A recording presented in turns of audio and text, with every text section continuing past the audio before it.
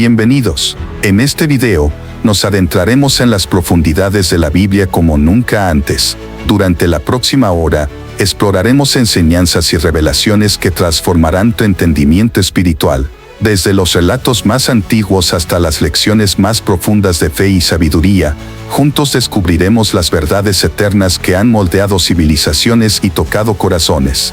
Prepárate para un viaje de descubrimiento y aprendizaje que no solo enriquecerá tu conocimiento, sino que también fortalecerá tu relación con lo divino. Comencemos este viaje juntos hacia el conocimiento y la comprensión más profunda de la palabra de Dios. En el vasto y árido Valle del Jordán, donde el sol del Medio Oriente calienta la tierra y el Mar Muerto resplandece como un espejo de sal, yace un sitio arqueológico que ha capturado la imaginación de académicos y creyentes por igual.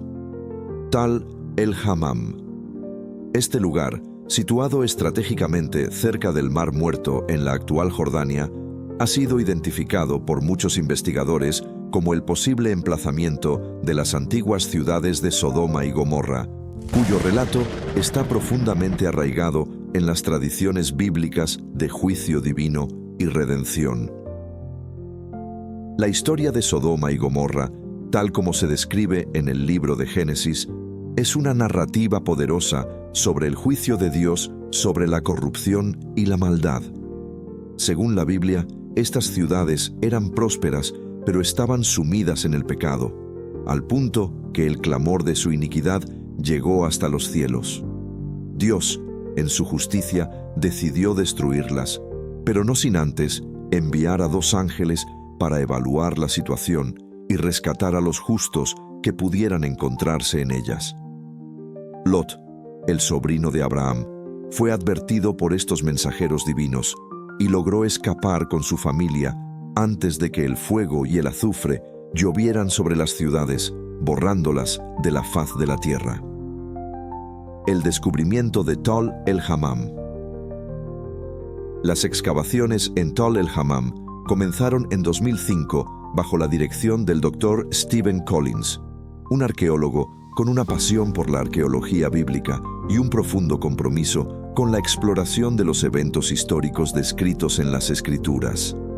Collins, director de la Universidad de Trinity Southwest, ha dedicado años a estudiar el sitio y a liderar un equipo internacional de arqueólogos y voluntarios en la búsqueda de evidencias que podrían corroborar el relato bíblico. Desde el inicio de las excavaciones, el equipo de Collins ha desenterrado una serie de estructuras monumentales y artefactos que sugieren una ciudad próspera y avanzada para su época.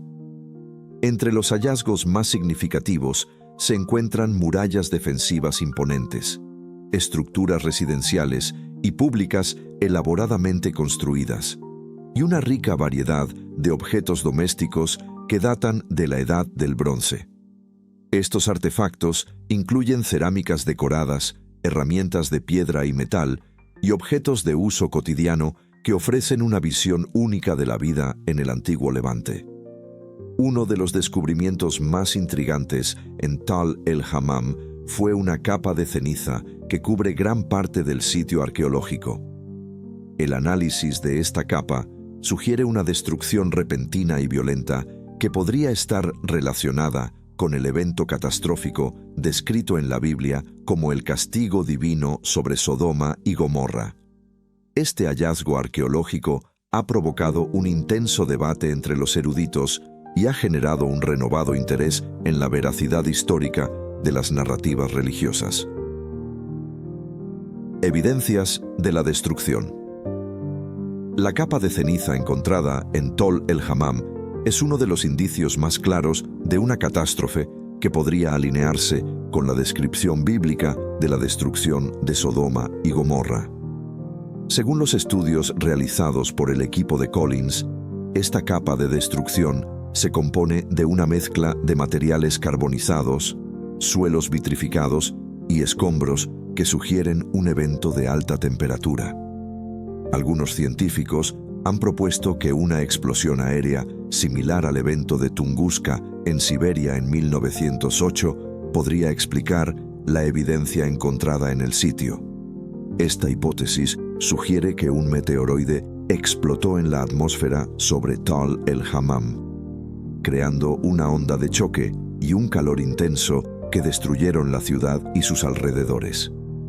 Además de la capa de ceniza, los arqueólogos han descubierto restos de edificios colapsados y artefactos carbonizados, incluyendo piezas de cerámica y herramientas de metal que muestran signos de exposición a altas temperaturas. Estos hallazgos son consistentes con la descripción bíblica de la destrucción de Sodoma y Gomorra por fuego y azufre. Aunque la identificación precisa de la ciudad con Sodoma sigue siendo objeto de debate, los descubrimientos en Tal el-Hammam han proporcionado una base sólida para la investigación y han fortalecido la fe de muchos creyentes que ven en estos hallazgos una confirmación tangible de los relatos bíblicos. El papel de la arqueología bíblica. La arqueología bíblica, como disciplina, busca no solo confirmar los relatos históricos de la Biblia, sino también proporcionar un contexto cultural y social más amplio de los eventos descritos en las Escrituras. A través de métodos científicos rigurosos y el análisis crítico de los artefactos descubiertos, los arqueólogos, como el Dr. Collins, han intentado reconstruir la vida cotidiana de los antiguos habitantes de Tal el-Hammam y entender mejor su destino final. La identificación de Tal el-Hammam como la posible ubicación de Sodoma se basa en varias líneas de evidencia, incluyendo la geografía descrita en la Biblia, la cronología de la Edad del Bronce y la magnitud de la destrucción observada en el sitio. Según Collins, la ubicación de Tal el-Hammam en el Valle del Jordán Oriental coincide con la descripción bíblica de Sodoma, que se encontraba en las llanuras cercanas al Mar Muerto. Además, los restos arqueológicos sugieren que la ciudad era uno de los principales asentamientos de la región durante la Edad del Bronce, con una población considerable y una infraestructura sofisticada. Perspectivas y controversias. A pesar de los hallazgos emocionantes en Tal el-Hammam, la identificación precisa de la ciudad con Sodoma sigue siendo objeto de controversia y debate dentro de la comunidad académica. Algunos expertos cuestionan la conexión directa entre los descubrimientos arqueológicos y los relatos bíblicos, argumentando que la interpretación puede estar influenciada por suposiciones religiosas o sesgos culturales. Por ejemplo, algunos arqueólogos sugieren que las evidencias de destrucción podrían ser el resultado de conflictos militares o desastres naturales en lugar de un evento divino. Sin embargo, para los defensores del enfoque de Collins y otros arqueólogos bíblicos, los descubrimientos en Tal el-Hammam representan un avance significativo en nuestra comprensión de la historia antigua y la cultura material del Levante durante la Edad del Bronce. La meticulosa recopilación de datos, el análisis y la publicación de resultados continúan enriqueciendo el cuerpo de conocimientos sobre Sodoma y Gomorra, desafiando las percepciones convencionales y abriendo nuevas vías de investigación. Además, los hallazgos en Tal el-Hammam han generado un interés renovado en la arqueología bíblica como campo de estudio. La combinación de métodos científicos modernos, como la datación por radiocarbono y el análisis de isótopos, con un enfoque crítico y cuidadoso de los textos antiguos, ha permitido a los investigadores abordar preguntas complejas sobre la relación entre la Biblia y la historia.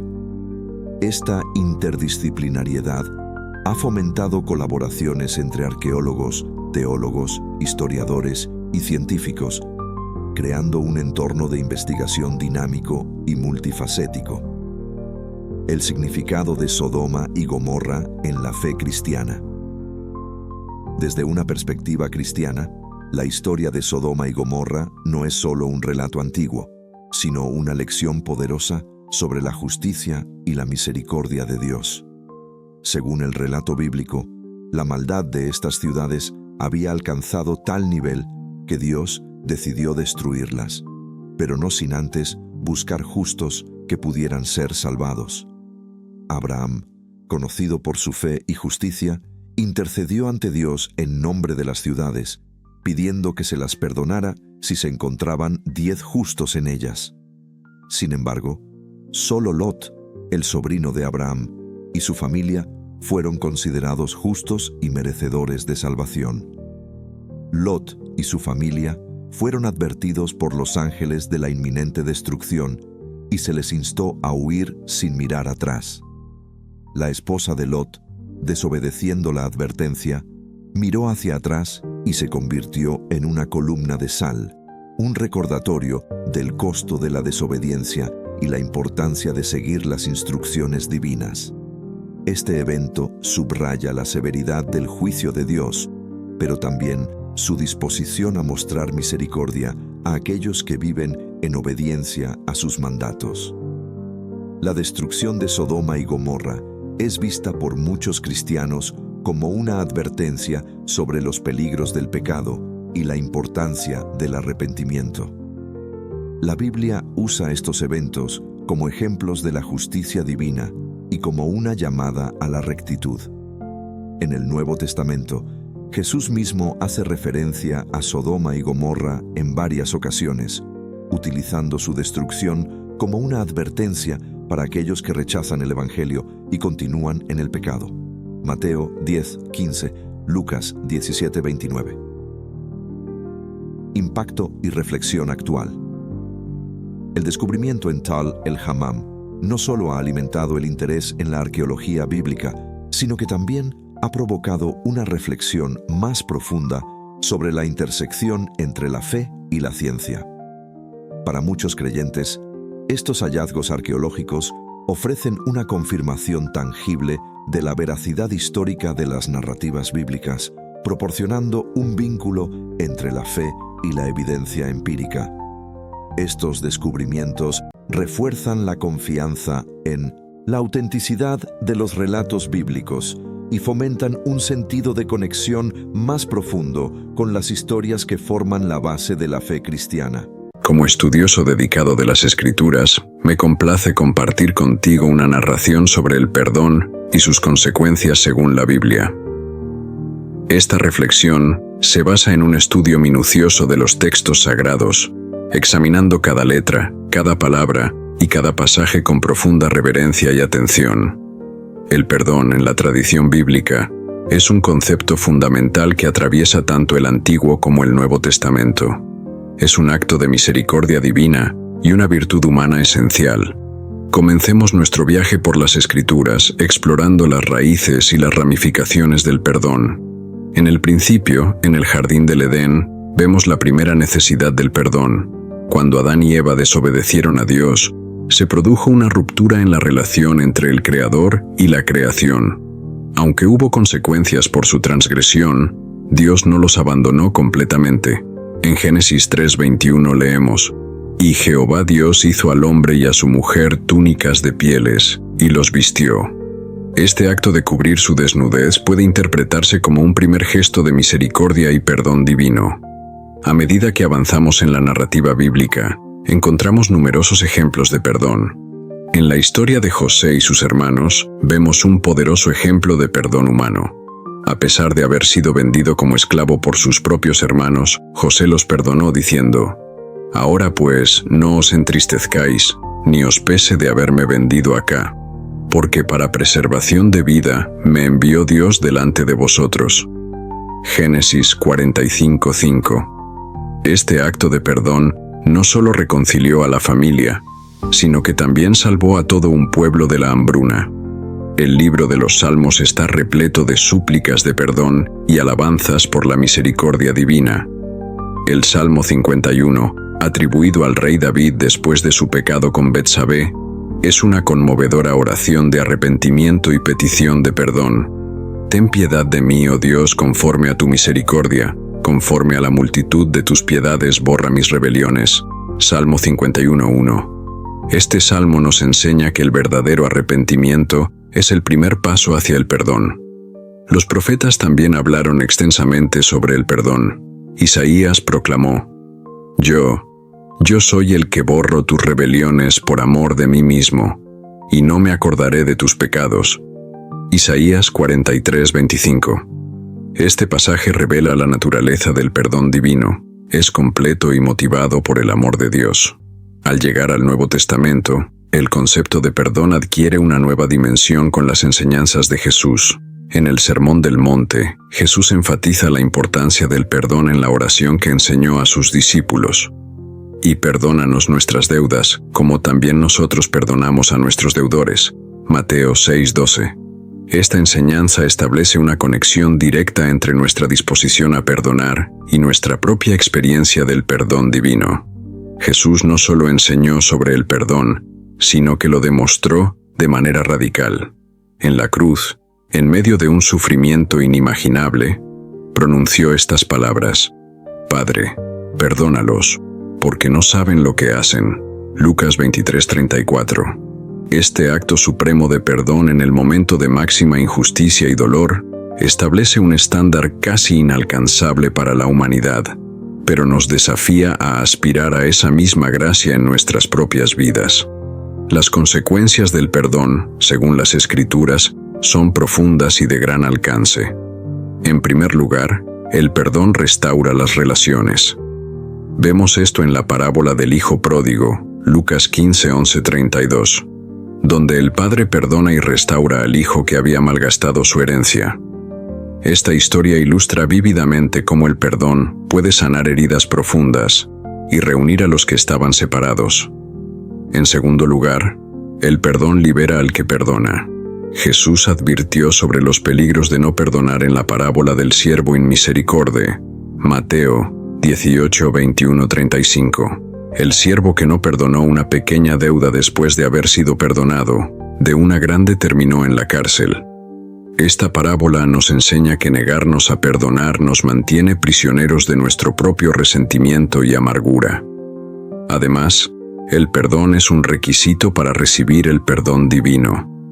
Jesús dijo: Porque si perdonáis a los hombres sus ofensas, os perdonará también a vosotros vuestro Padre Celestial. Mas si no perdonáis a los hombres sus ofensas, tampoco vuestro Padre os perdonará vuestras ofensas.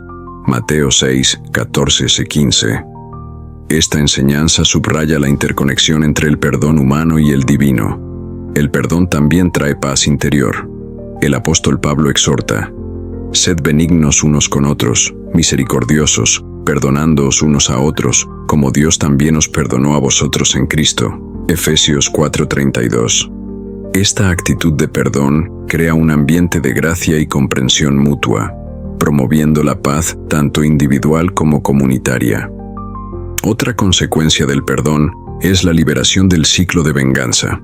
En Romanos 12:19, Pablo escribe: No os venguéis vosotros mismos, amados míos, sino dejad lugar a la ira de Dios, porque escrito está: Mía es la venganza, yo pagaré, dice el Señor. El perdón rompe la cadena de represalias y permite que la justicia divina actúe. El perdón también tiene el poder de transformar al ofensor. En 2 Corintios 2:7-8, Pablo insta a la comunidad a perdonar y consolar a un miembro que había pecado, para que al contrario, vosotros más bien debéis perdonarle y consolarle, para que no sea consumido de demasiada tristeza. Este enfoque reconoce el poder del perdón para inspirar el arrepentimiento y el cambio. Es importante notar que el perdón bíblico no implica necesariamente olvidar o negar la ofensa. Más bien, es una decisión consciente de no permitir que la ofensa controle nuestras acciones o emociones. El perdón puede coexistir con la justicia y la responsabilidad. En Miqueas 7:18-19 leemos: ¿Qué Dios como tú, que perdona la maldad y olvida el pecado del remanente de su heredad? No retuvo para siempre su enojo, porque se deleita en misericordia. Él volverá a tener misericordia de nosotros, sepultará nuestras iniquidades y echará en lo profundo del mar todos nuestros pecados. Este pasaje ilustra cómo Dios sepulta nuestros pecados, una metáfora que sugiere que, aunque no se olvidan, ya no se usan en nuestra contra. El perdón, según las Escrituras, también tiene un aspecto escatológico. En el libro de Apocalipsis se nos presenta una visión de la nueva creación, donde las consecuencias últimas del pecado y la falta de perdón son eliminadas. Enjugará Dios toda lágrima de los ojos de ellos, y ya no habrá muerte, ni habrá más llanto, ni clamor, ni dolor, porque las primeras cosas pasaron. Apocalipsis 21:4. Esta visión sugiere que el perdón divino culminará en una restauración completa de toda la creación. En conclusión, el perdón en la Biblia es un tema vasto y profundo, con consecuencias que abarcan desde lo personal hasta lo cósmico. Es un acto de gracia divina que se nos llama a emular en nuestras relaciones humanas. Las consecuencias del perdón incluyen la restauración de relaciones, la liberación personal, la paz interior, la ruptura de ciclos de venganza, la transformación del ofensor y, en última instancia, la renovación de toda la creación. El perdón no es fácil, y las Escrituras no lo presentan como tal. Requiere humildad, valentía y, a menudo, un proceso de sanación. Sin embargo, el mensaje bíblico es claro. El perdón es esencial para nuestra salud espiritual y para mantener relaciones saludables, tanto con Dios como con nuestro prójimo. Como estudiosos de la palabra, estamos llamados no solo a comprender estos principios, sino a vivirlos. Que podamos, como comunidad de fe, ser ejemplos vivos del poder transformador del perdón, reflejando la misericordia que hemos recibido de nuestro Creador. Que nuestras vidas sean un testimonio de la gracia divina, inspirando a otros a experimentar la libertad y la alegría que vienen con el acto de perdonar y ser perdonados. La cuestión de por qué Dios no perdonó a Satanás y a los otros ángeles caídos es una de las más profundas y complejas en la teología cristiana. Para abordar este tema, es crucial analizar una vasta cantidad de textos bíblicos, interpretaciones teológicas y comentarios históricos. A través de un estudio detallado de las Escrituras en sus idiomas originales, así como de la literatura extracanónica y los escritos de los padres de la Iglesia, podemos intentar arrojar luz sobre esta intrincada cuestión. Nuevo Profound: la rebelión de Satanás y los ángeles caídos. En la Biblia, la rebelión de Satanás y los ángeles caídos es mencionada en varios pasajes, aunque no se presenta como una narración completa en un solo libro. El libro de Isaías 14:12-15 y Ezequiel 28:12-17 son comúnmente interpretados como descripciones simbólicas de la caída de Satanás.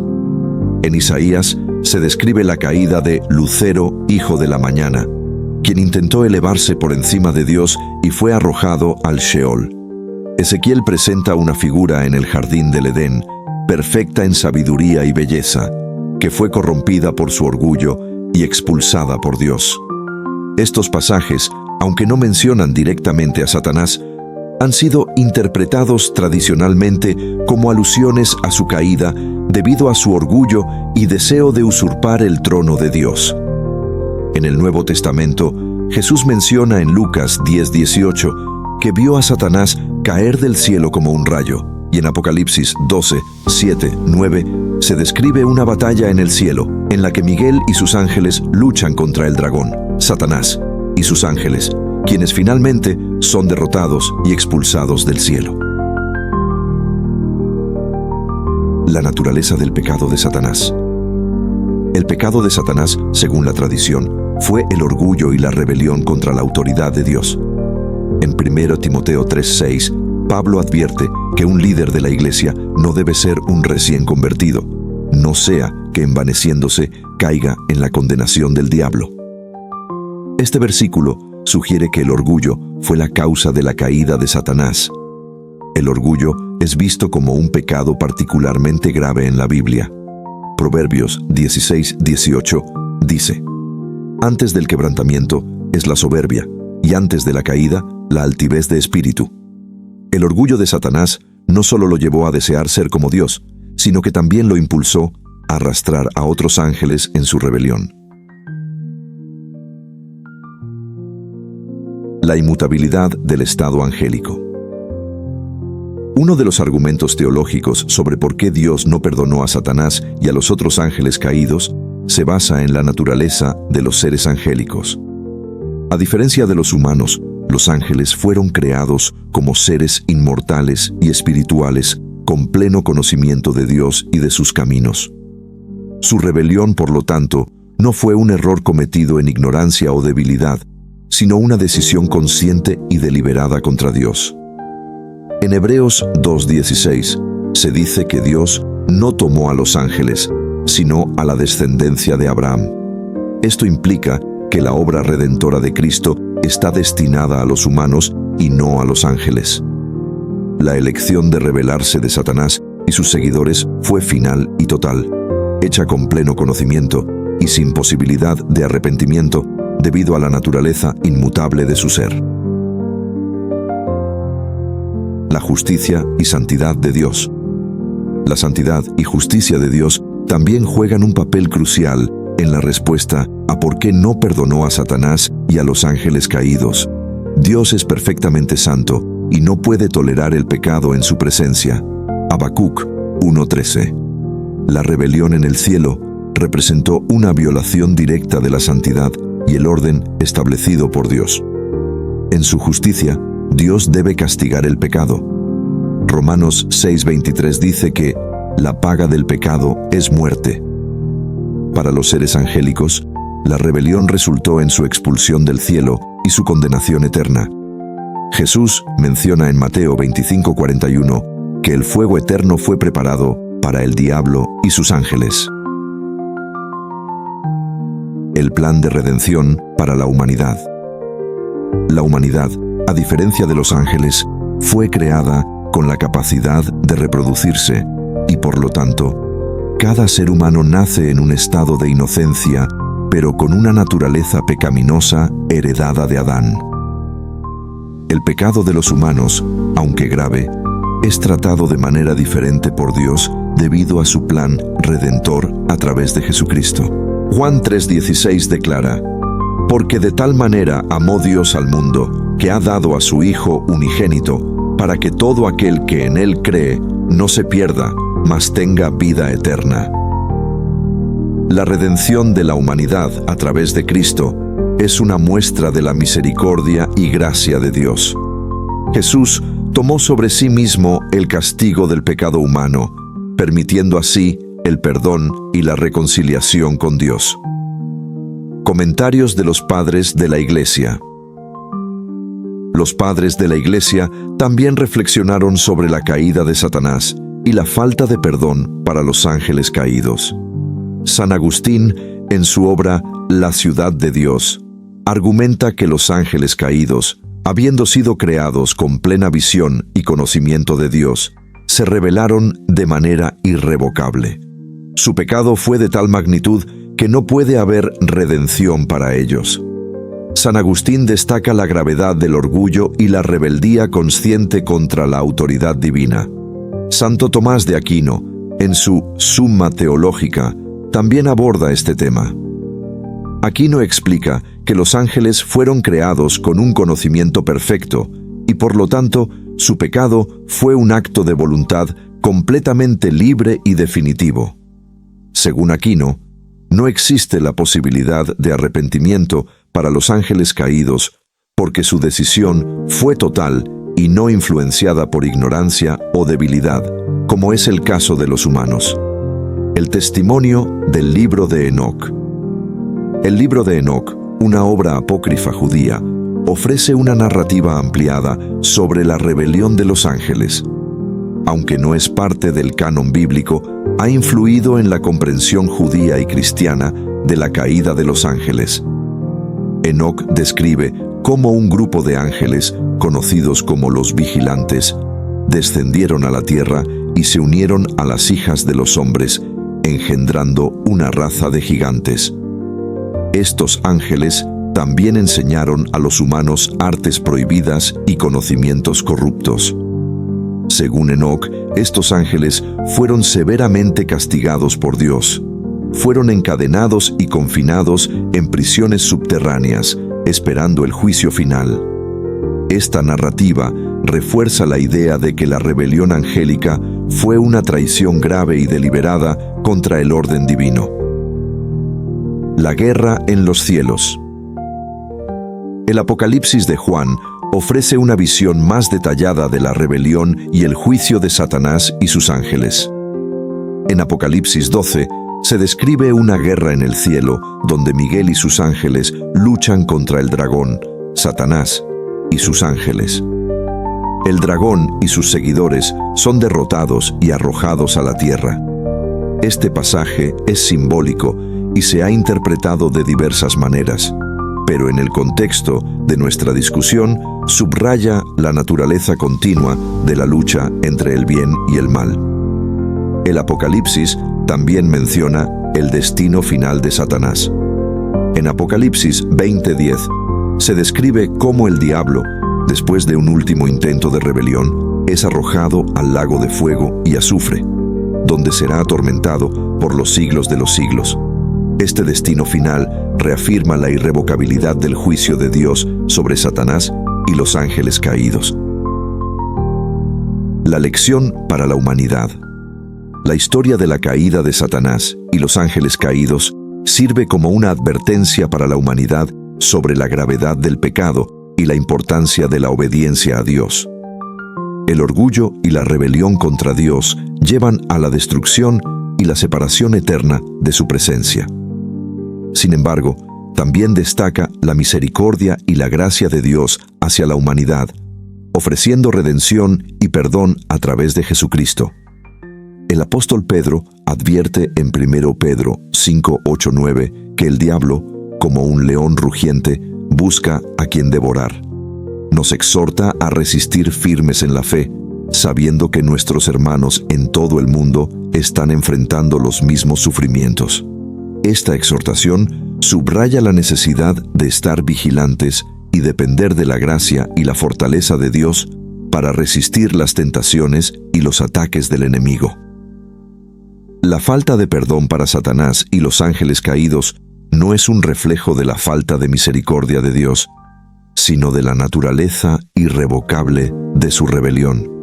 Su pecado fue un acto consciente y deliberado contra la perfección y santidad de Dios, realizado con pleno conocimiento y sin posibilidad de arrepentimiento. Dios, en su justicia, debe juzgar el pecado y mantener la santidad de su reino. Para la humanidad, sin embargo, Dios ha provisto un camino de redención a través de Jesucristo. El sacrificio de Jesús en la cruz fue la manifestación máxima de la misericordia y el amor de Dios hacia nosotros. A través de su sangre, nuestros pecados pueden ser perdonados y podemos ser reconciliados con Dios. Este acto de gracia es una demostración de la diferencia en el trato de Dios hacia los seres humanos y los ángeles caídos. El amor y la misericordia de Dios. La redención de la humanidad se centra en el amor y la misericordia de Dios.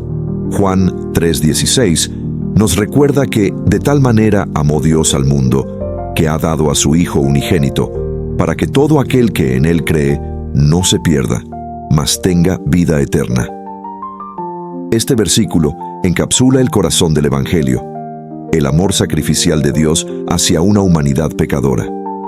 Dios no desea que ninguno perezca, sino que todos lleguen al arrepentimiento. 2 Pedro 3:9. La encarnación de Jesús, su vida perfecta, su sacrificio en la cruz y su resurrección son la base de nuestra esperanza y salvación.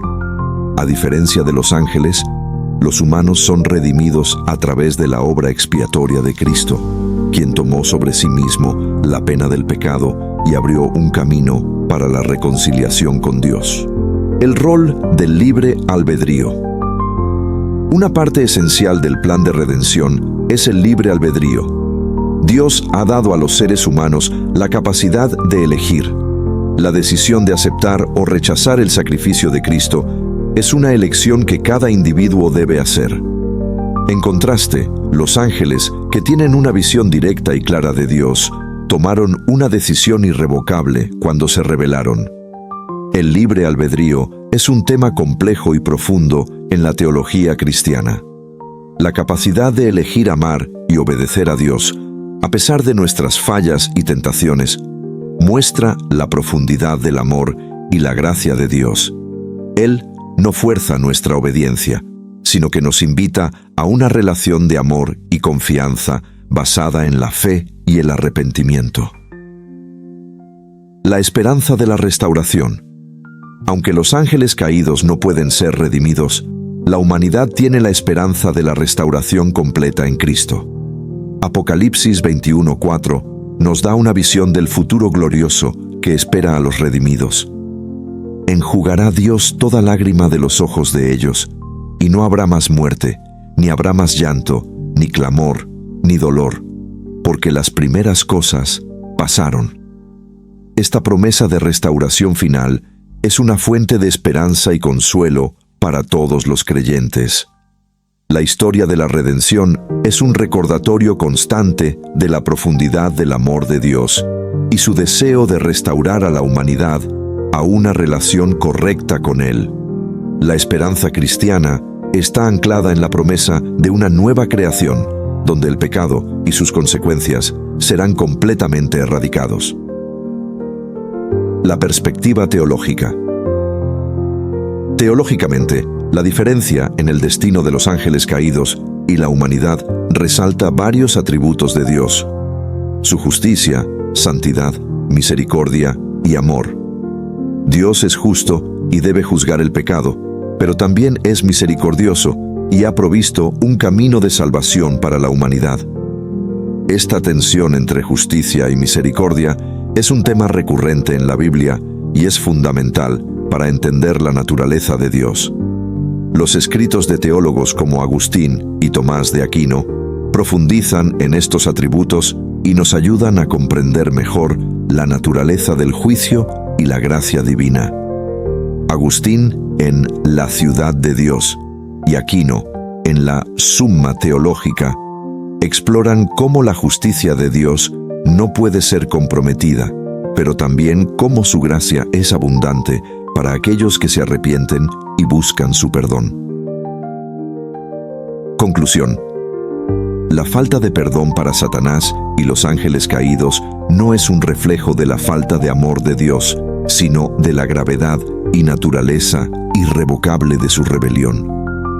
A diferencia de los ángeles, los humanos tienen la oportunidad de arrepentirse y ser redimidos a través del sacrificio de Jesucristo.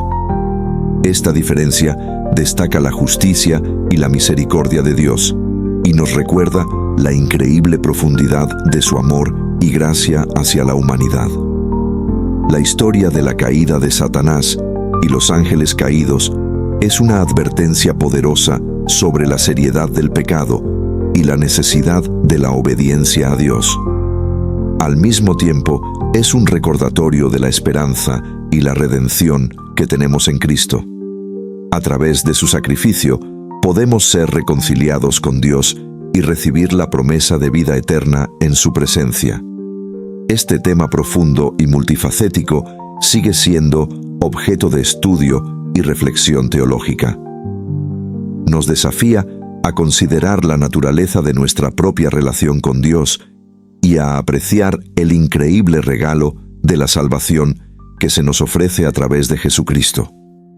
En última instancia, la historia de la redención nos llama a vivir vidas de obediencia, fe y gratitud, sabiendo que somos amados y perdonados por un Dios justo y misericordioso. En los albores del tiempo, mucho antes de la creación del hombre, los cielos eran habitados por innumerables seres celestiales, todos creados por Dios para servirle y glorificarle.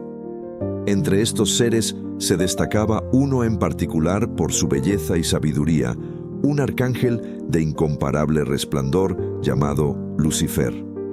Este ser, cuyo nombre significa portador de luz, estaba dotado de una gloria excepcional y ocupaba un lugar de alta autoridad en el orden celestial. Lucifer, adornado con perfección y sabiduría, se movía entre las piedras de fuego, tal como se describe en el libro de Ezequiel 28, 14, 15. Tú, querubín grande, protector, Yo te puse en el santo monte de Dios. Allí estuviste. En medio de las piedras de fuego te paseabas. Perfecto eras en todos tus caminos desde el día que fuiste creado, hasta que se halló en ti maldad. Su cercanía a Dios le confería una posición de privilegio, pero también se convirtió en el origen de su caída. La Escritura nos revela que el orgullo fue la semilla de la rebelión de Lucifer. En Isaías 14:12-14 se narran las palabras de su corazón. ¿Cómo caíste del cielo, oh lucero, hijo de la mañana? Cortado fuiste por tierra, tú que debilitabas a las naciones. Tú que decías en tu corazón, subiré al cielo. En lo alto, junto a las estrellas de Dios, levantaré mi trono, y en el monte del testimonio me sentaré, a los lados del norte. Sobre las alturas de las nubes subiré, y seré semejante al Altísimo. Lucifer, deslumbrado por su propia magnificencia, deseó ocupar el lugar de Dios y ser adorado como el Altísimo. Esta ambición desmedida lo llevó a planear una rebelión contra el Creador del universo. El desencadenamiento de la rebelión fue una confrontación colosal en el reino celestial. Lucifer, persuadiendo a 1/3 de los ángeles, se alzó en armas contra Dios. Estos ángeles, seducidos por la promesa de un nuevo orden bajo el liderazgo de Lucifer, abandonaron su lealtad al Creador. La batalla que siguió fue feroz y devastadora. En el libro de Apocalipsis 12:7-9 se nos dice: Después hubo una gran batalla en el cielo. Miguel y sus ángeles luchaban contra el dragón. Y luchaban el dragón y sus ángeles, pero no prevalecieron, ni se halló ya lugar para ellos en el cielo. Y fue lanzado fuera el gran dragón, la serpiente antigua, que se llama Diablo y Satanás, el cual engaña al mundo entero. Fue arrojado a la tierra, y sus ángeles fueron arrojados con él.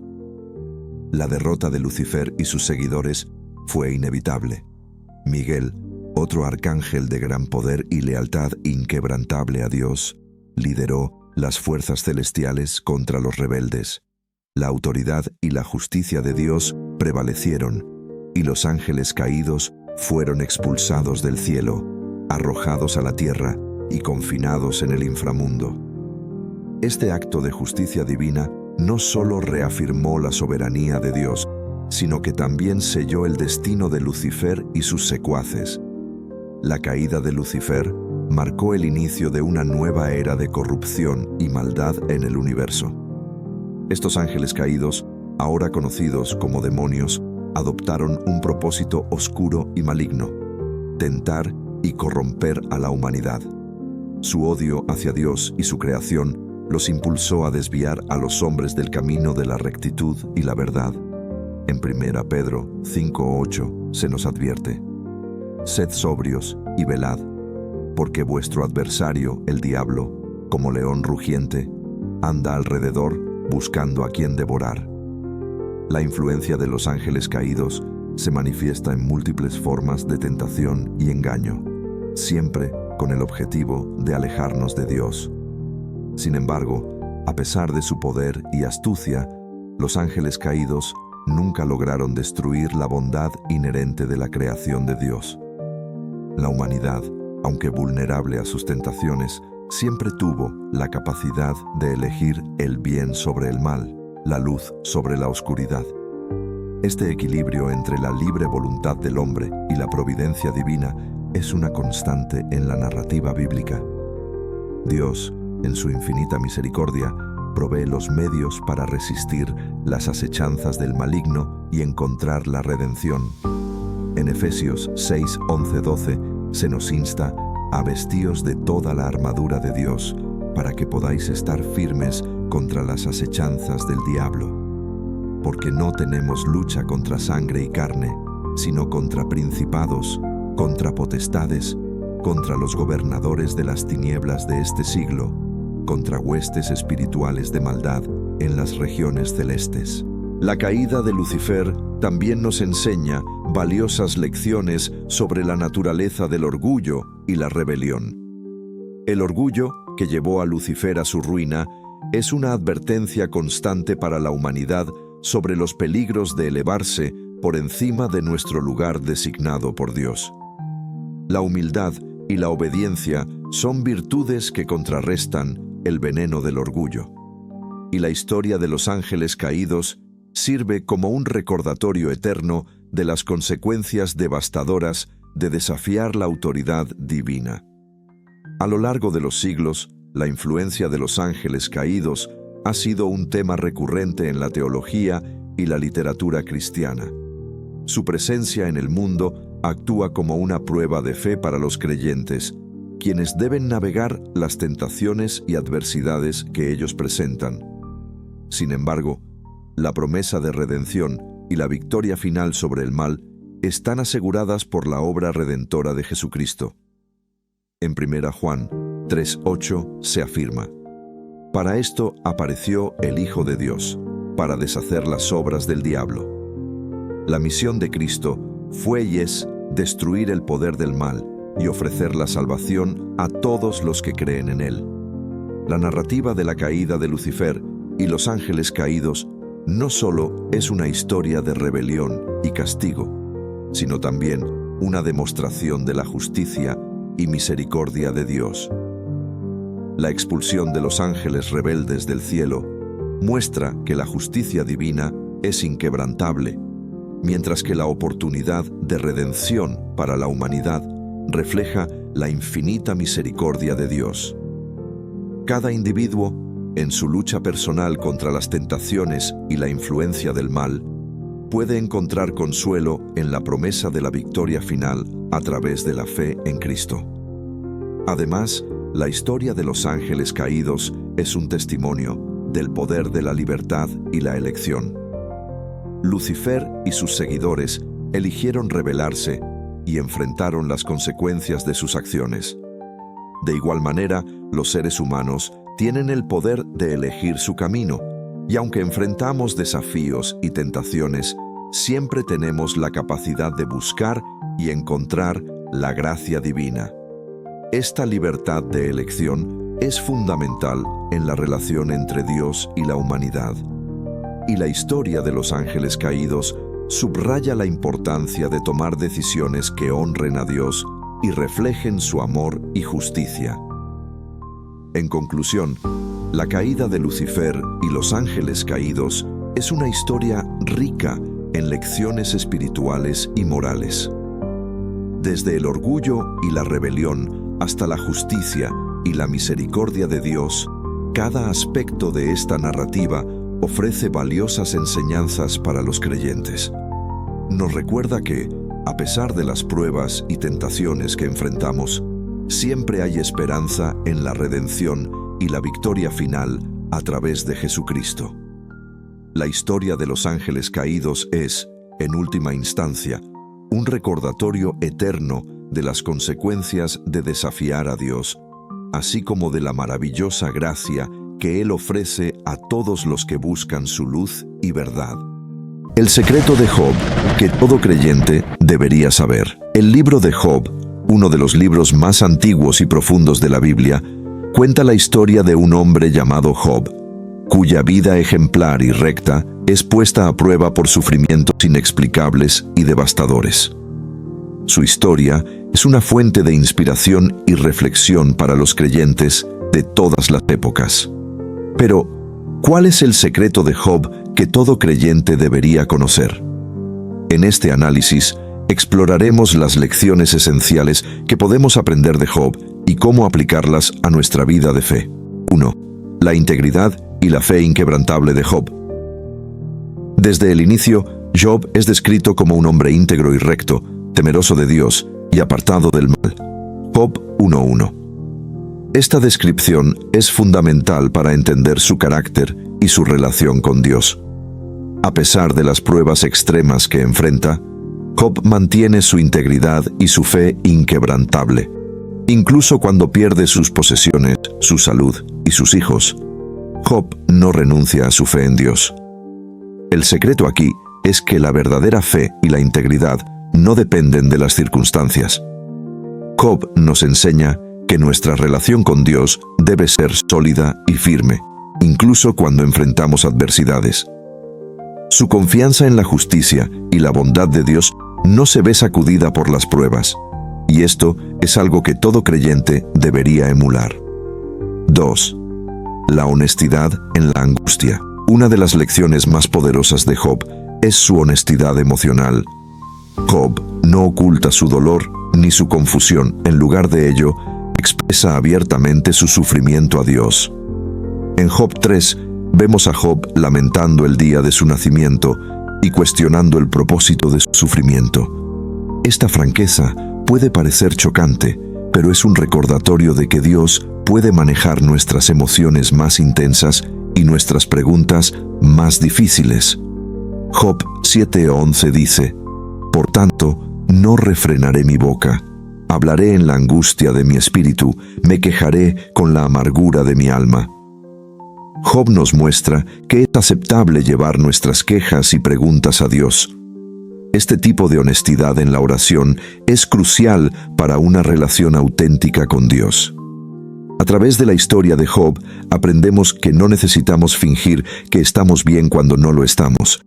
Podemos ser sinceros con Dios y confiar en que Él comprende nuestro dolor. 3. La sabiduría de los amigos.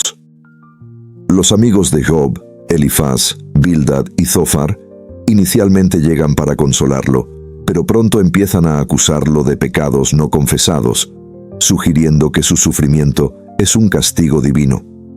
Sin embargo, su enfoque es incorrecto y no refleja la verdadera naturaleza de Dios.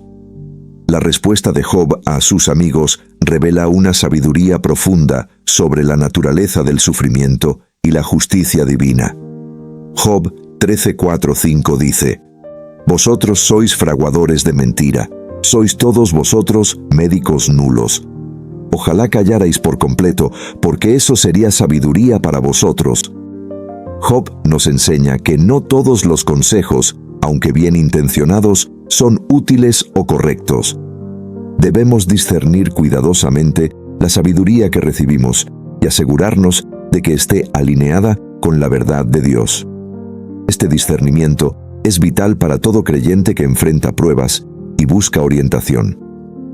4. La humildad y la soberanía de Dios. Uno de los momentos culminantes en el libro de Job es cuando Dios finalmente responde a Job desde el torbellino. Job 38:41. En lugar de explicar el porqué del sufrimiento de Job, Dios presenta una serie de preguntas que revelan su infinita sabiduría y poder. Estas preguntas destacan la brecha entre la comprensión humana y la divina y llevan a Job a una profunda humildad y reverencia. Job 42:1-6 muestra la respuesta de Job: «Yo conozco que todo lo puedes y que no hay pensamiento que se esconda de ti. ¿Quién es el que oscurece el consejo sin entendimiento? Por tanto, yo hablaba lo que no entendía, cosas demasiado maravillosas para mí que yo no comprendía. Oye, te ruego, y hablaré, te preguntaré, y tú me enseñarás. De oídas te había oído, mas ahora mis ojos te ven. Por tanto, me aborrezco, y me arrepiento en polvo y ceniza». Este pasaje revela que el verdadero secreto de Job es la humildad ante la soberanía de Dios. Reconocer nuestra limitación y la grandeza de Dios es fundamental para cualquier creyente. Job nos muestra que, aunque no siempre entendemos los caminos de Dios, podemos confiar en su carácter y su sabiduría. 5. La redención y la restauración. El libro de Job termina con la restauración de Job. Dios lo bendice con el doble de lo que tenía antes, y Job vive una vida larga y plena. Job 42:10-17. Esta restauración no solo es física y material, sino también espiritual y relacional. Job experimenta una comprensión más profunda de Dios y una renovación de su fe. Job 42:10 dice: «Y quitó Jehová la aflicción de Job cuando él hubo orado por sus amigos, y aumentó al doble todas las cosas que habían sido de Job». Este versículo subraya la importancia del perdón y la oración por los demás. incluso por aquellos que nos han causado dolor o incomprensión. La restauración de Job nos enseña que, aunque el sufrimiento puede ser intenso y prolongado, no es el final de la historia. Dios tiene el poder de redimir y restaurar lo que se ha perdido. Esta esperanza es un ancla firme para los creyentes que atraviesan pruebas y tribulaciones. El secreto de Job, que todo creyente debería saber, es una combinación de integridad, honestidad emocional, discernimiento en la sabiduría recibida, humildad ante la soberanía de Dios y la esperanza en su redención. La vida de Job nos ofrece un modelo de cómo vivir una fe auténtica y resistente en medio de las pruebas más severas. Job nos recuerda que Dios está presente en nuestro sufrimiento, que podemos llevarle nuestras preguntas y dolores, y que su sabiduría y plan son más grandes de lo que podemos comprender. Al seguir el ejemplo de Job, podemos fortalecer nuestra fe, crecer en nuestra relación con Dios y encontrar esperanza en medio de las dificultades. Que el secreto de Job inspire y guíe a cada creyente a una vida de fe más profunda y significativa. La decisión de Jesús de elegir a 12 hombres específicos para que fueran sus discípulos íntimos y testigos de su ministerio terrenal es un momento crucial en los evangelios. Estos 12 individuos, provenientes de diversos orígenes y profesiones, fueron llamados por Jesús para desempeñar un papel vital en la fundación y expansión de su reino. En Mateo 10:1-4, se nos da la lista de los 12 discípulos escogidos por Jesús. Entonces, llamando a sus 12 discípulos, les dio autoridad sobre los espíritus inmundos para que los echasen fuera, y para sanar toda enfermedad y toda dolencia.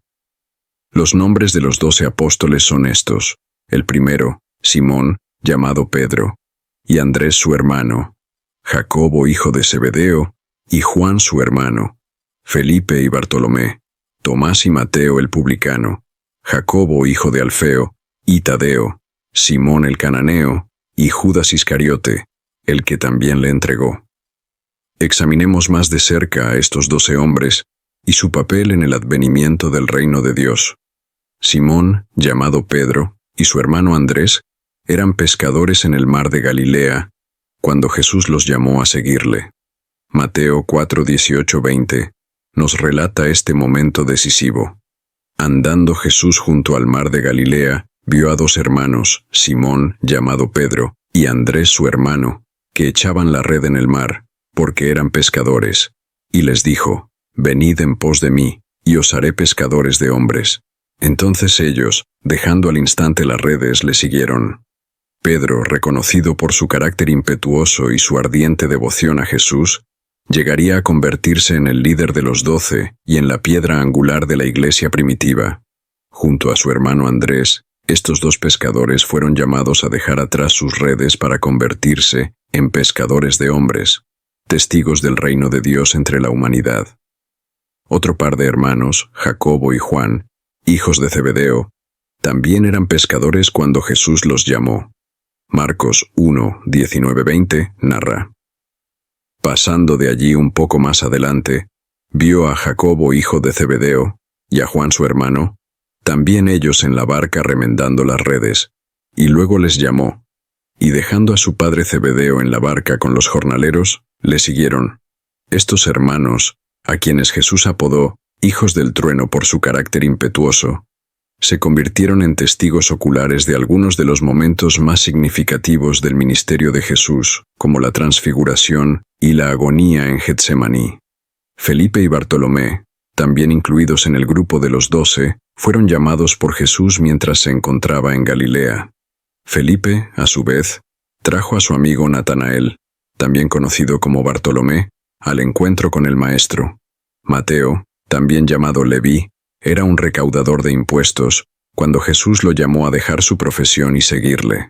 Como publicano, Mateo pertenecía a una clase social ampliamente despreciada por los judíos devotos, lo que hace aún más sorprendente su elección por parte de Jesús. Otro discípulo, Tomás, también conocido como el Gemelo, es recordado por su escepticismo inicial ante la resurrección de Jesús, pero que luego llegaría a confesar a su Señor como Señor mío y Dios mío, Juan 20:28. Jacobo hijo de Alfeo, Tadeo, también llamado Judas hijo de Jacobo, y Simón el Celote completan la lista de los 12. Estos hombres provenían de diversos orígenes y ocupaciones, pero fueron elegidos por Jesús para desempeñar un papel crucial en el establecimiento de su reino. ¿Qué es lo que vio Jesús en estos hombres comunes que los convirtió en los pilares de su iglesia? La respuesta radica en la soberanía y la gracia del Maestro. Jesús no eligió a los sabios, poderosos o influyentes del mundo. Por el contrario, Dios escogió lo necio del mundo para avergonzar a los sabios, y Dios escogió lo débil del mundo para avergonzar a lo fuerte. 1 Corintios 1:27.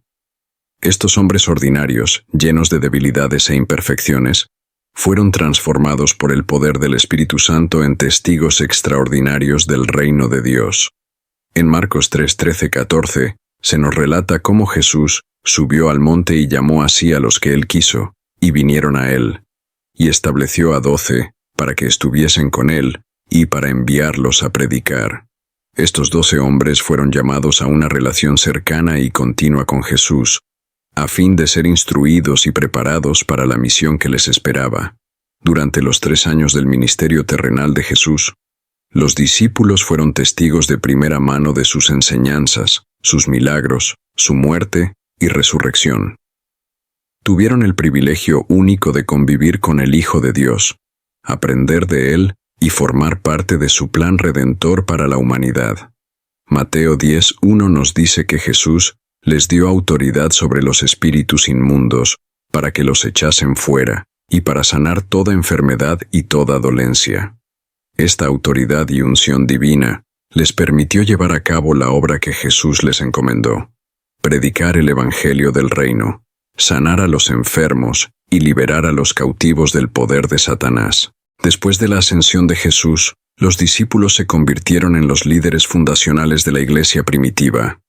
Guiados por el Espíritu Santo, proclamaron audazmente el mensaje de salvación en Jerusalén, Judea, Samaria y hasta los confines de la tierra. Hechos 1:8.